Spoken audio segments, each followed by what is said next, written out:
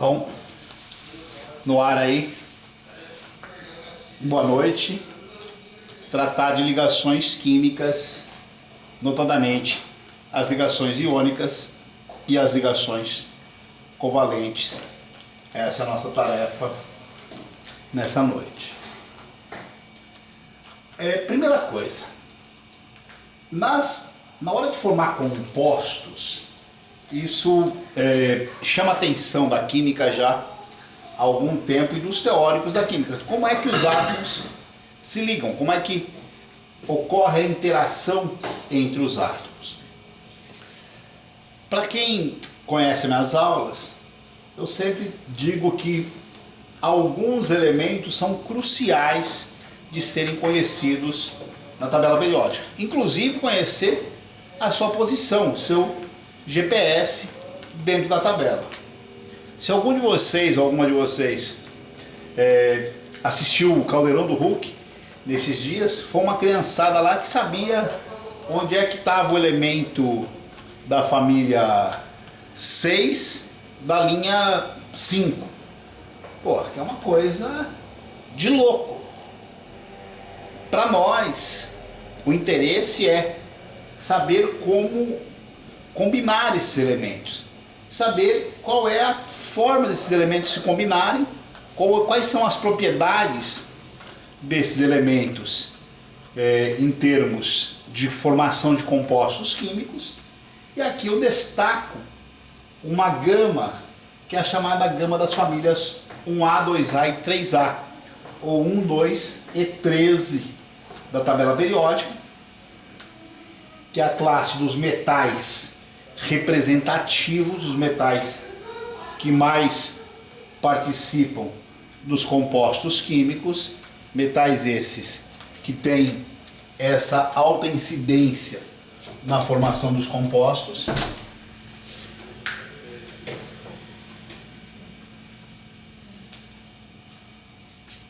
Essa situação de alta incidência na formação dos compostos faz com que a gente tenha a presença deles sendo destacada na química.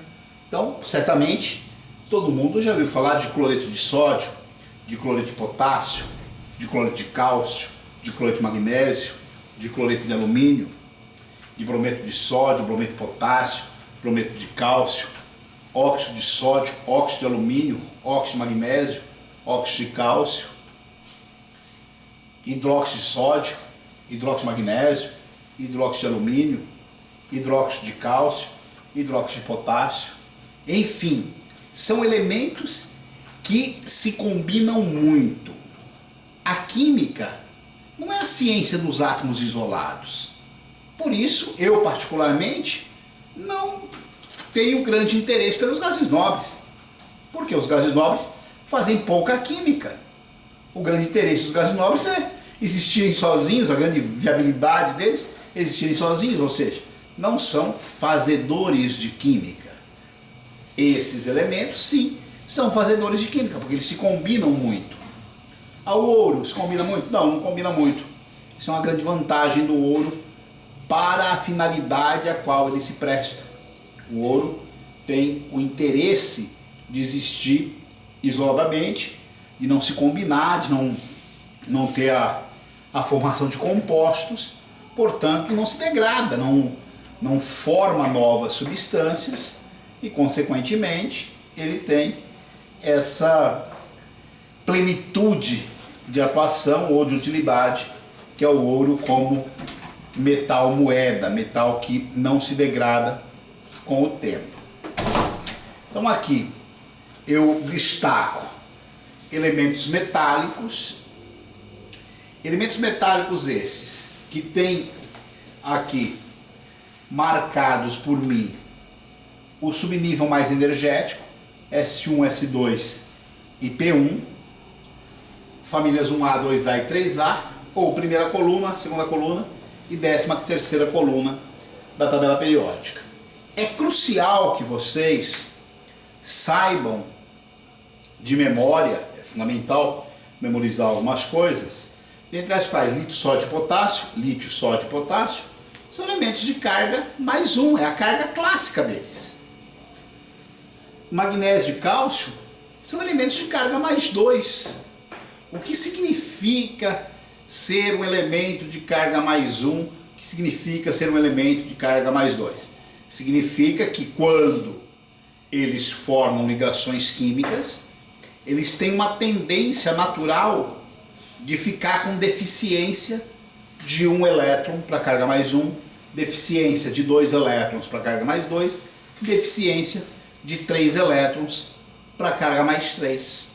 É da natureza desses elementos. Além desses daqui, a prata também, quando ela se combina, ela tem por tendência ficar com deficiência de um elétron, porque a prata, se alguém tiver uma tabela periódica aí em mãos, vai perceber que a prata está colocada num grupo químico chamado grupo 1B. É da característica da prata ficar com deficiência de um elétron. O zinco e o cádmio são colocados no grupo 2B da tabela periódica, 11ª e 12ª coluna da tabela periódica, então acabam assumindo essas cargas típicas. Aqui o alumínio é o principal representante. Eu costumo dizer sempre que é crucial saber esses elementos aqui para a química. Então, esses metais que eu coloquei em lápis aqui e tal, mas veja bem, 5, 6 metais que são assim de alta presença, recorrentes ao extremo. Um composto iônico, ele é formado por uma espécie deficiente de elétrons e por uma espécie que tem tendência em ficar com excesso de elétrons. Eu já devo ter falado para vocês de um esqueminha mnemônico que é para lembrar o grupo dos ametais. Os ametais, eles têm por característica se converterem em ânions. São as espécies formadoras de ânions. O que são ânions na química? Aquelas espécies que têm excesso de elétrons.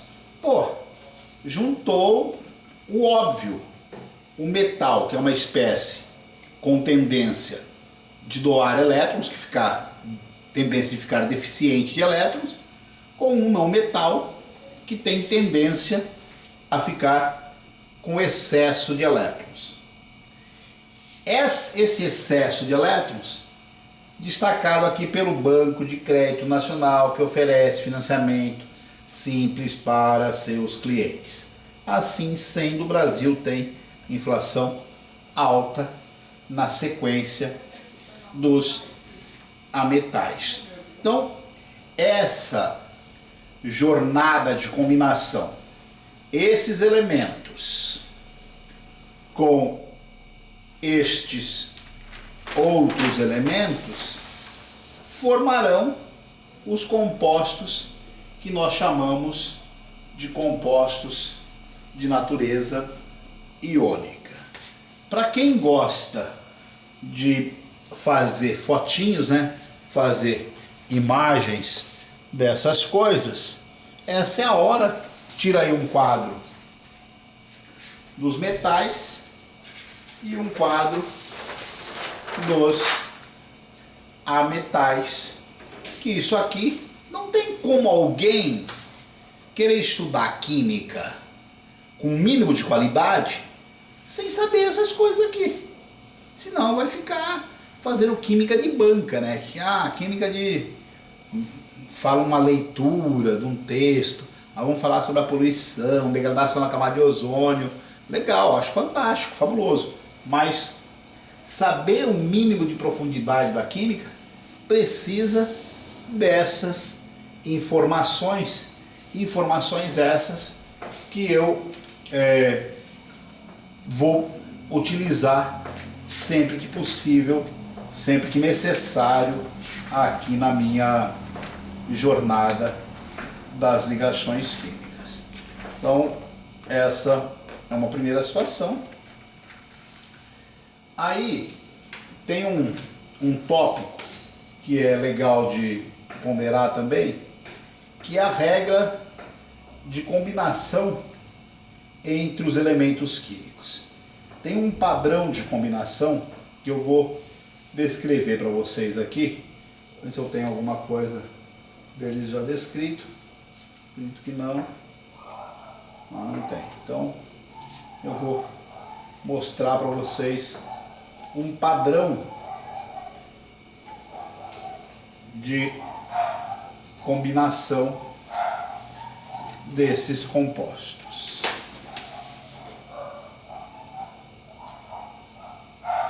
Então, quando os compostos forem de natureza iônica, o que é que vocês devem levar em conta? Sempre que um composto tiver a natureza iônica, ele será a combinação de uma espécie catiônica, ou seja, uma espécie que tem deficiência de elétrons, combinada com uma espécie que tem ou ficará com excesso de elétrons. Até porque esses dois são essencialmente elementos que se colocam em regiões opostas da tabela periódica, enquanto os metais, os formadores de cátions, ficam na esquerda e na parte baixa da tabela periódica, os ametais, eles ficam à direita e acima na tabela periódica. Então, esse cara acaba adquirindo carga positiva, esse cara acaba adquirindo carga negativa. Esse elemento tem alta eletronegatividade. Esse cara tem baixa eletronegatividade. Eletronegatividade é uma coisa que a gente mede quando as ligações químicas acontecem. Para quem já estudou propriedades periódicas, a eletronegatividade não é uma coisa do átomo isolado.